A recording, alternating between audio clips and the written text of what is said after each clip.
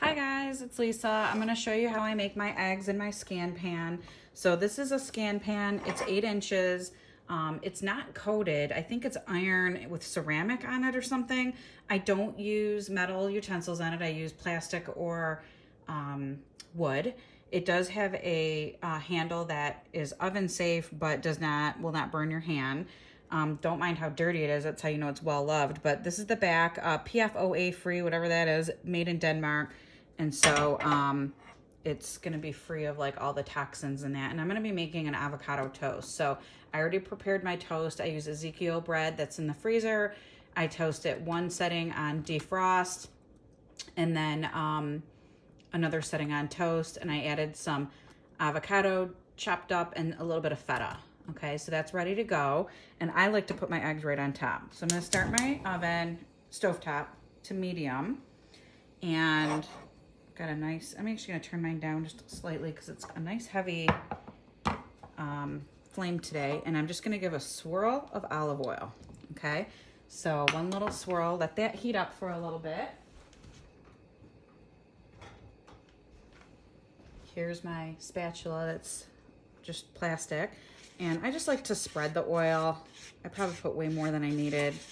And I use olive oil, but you could use anything like that.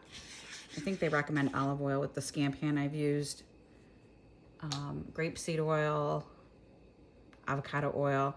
So I'm gonna let that get nice and warm. You can also just like tilt the pan. I like to spread it a little more evenly. I've used this for eggs, omelets. It has the nice sloped side, so if you're making an omelet, it'll just slide right off.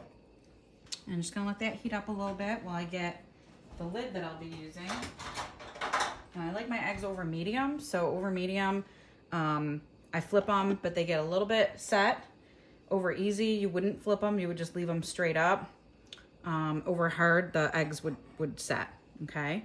So once I feel like that's a good heat, I'm gonna crack my egg right into it. Some people like to crack them in a bowl first. And I can tell my pan's not hot enough because I didn't hear a sizzle. There it is. Okay, so there's that sizzle and you can see the white starting to set right away.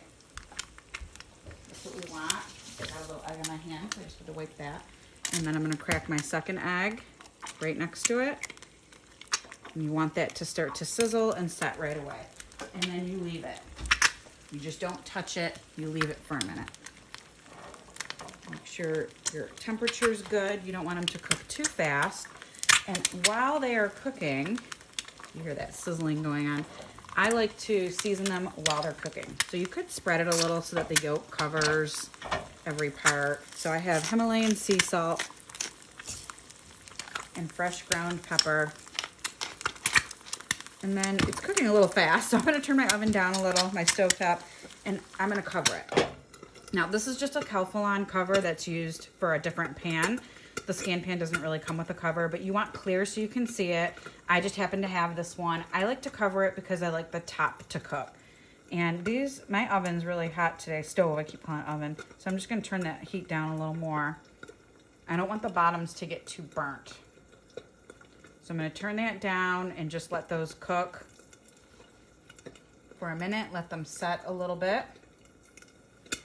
Thinking I might be making a Bloody Mary with these this morning while the snow falls down gently around us. Okay, so if I check, I like to let the water drip back into the pan. These are setting pretty fast on the bottom, faster than the top. And then see how I'm just running this spatula around the bottom, and then you could even, once the top sets more, you could even give it a little shake, but I'm gonna cover it again a little bit longer because I want that top to cook without burning. So if I leave it cooking too long, it'll burn the bottom because you do have that heat up a little bit, but those are definitely not gonna stick to the bottom of this pan.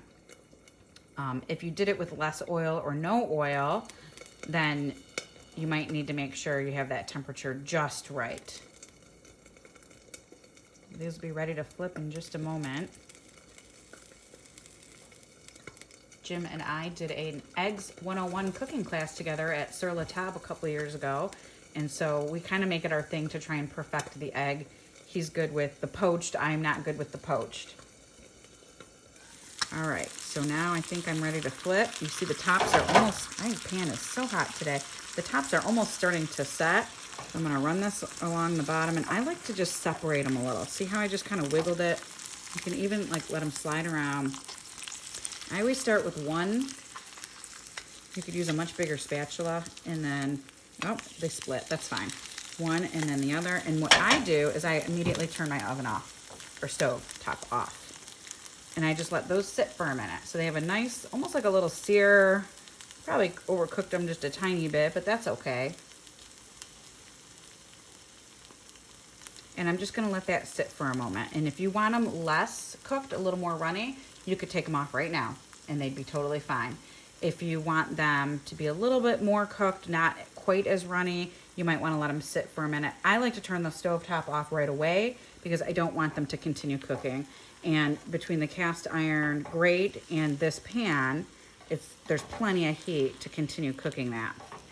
And so now,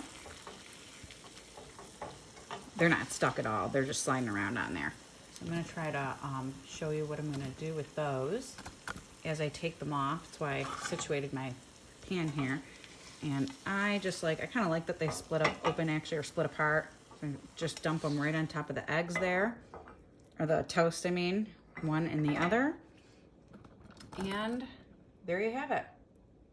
So if I were to break into that yolk, it would just spill out nicely with a nice little heart around it. And I think I'll go make that Bloody Mary now. Thanks.